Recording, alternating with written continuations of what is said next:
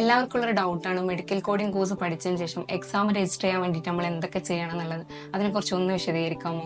Medical coding പഠിച്ചതിന് ശേഷം ആദ്യം നമ്മൾ ചെയ്യേണ്ടത് അവരുടെ ഒഫീഷ്യൽ വെബ്സൈറ്റിൽ കയറിയിട്ട് നമ്മുടെ ഒരു പ്രൊഫൈൽ ക്രിയേറ്റ് ചെയ്യണം. നമ്മുടെ യൂസർ നെയിം ആൻഡ് പാസ്വേഡ് നമുക്ക് അപ്പോൾ അവിടെ നിന്ന് കിട്ടും. അതിനുശേഷം നമ്മൾ ഫസ്റ്റ് ആയിട്ട് ചെയ്യേണ്ടത് പ്രൊഫൈൽ ക്രിയേറ്റ് ചെയ്തതിന് ശേഷം നമ്മൾ വൗച്ചേഴ്സ് ചൂസ് ചെയ്യണം. നമുക്ക് 2 ചോയ്സസ് ഉണ്ടാവും, ഒരു വൗച്ചർ 2 വൗച്ചർ. ശരിക്കും പറഞ്ഞു കഴിഞ്ഞാൽ 1 അറ്റംപ്റ്റ് അല്ലെങ്കിൽ 2 അറ്റംപ്റ്റ്. 1 അറ്റംപ്റ്റിന് വേണ്ടിയിട്ട് നമ്മൾ കൊടുക്കേണ്ട പേയ്മെന്റ് $430, അല്ലെങ്കിൽ 2 വൗച്ചേഴ്സ് എന്ന് പറയുമ്പോൾ 2 അറ്റംപ്റ്റ് വരും, $530. ഇതിലേതെങ്കിലും ഒന്ന് നമുക്ക് ചൂസ് ചെയ്യാം. അഡീഷണലി മെമ്പർഷിപ്പ് കോസ്റ്റ് ആയിട്ട് $210 വരുന്നത്.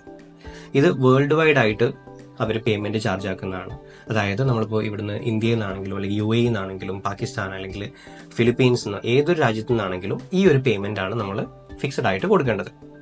ആൻഡ് ദെൻ നമ്മൾ പേയ്മെന്റ് ചെയ്തതിന് ശേഷം നമുക്ക് തേർഡ് സ്റ്റെപ്പ് ആയിട്ട് വരുന്നത് മെഷർ ലേണിംഗ് എന്ന് നമുക്ക് അതിന്റെ യൂസർ നെയിം ആൻഡ് പാസ്വേഡ്, അതായത് എക്സാമിനേഷൻ ഷെഡ്യൂൾ ചെയ്യാനുള്ള യൂസർ നെയിം ആൻഡ് പാസ്വേഡ് നമുക്ക് കിട്ടും.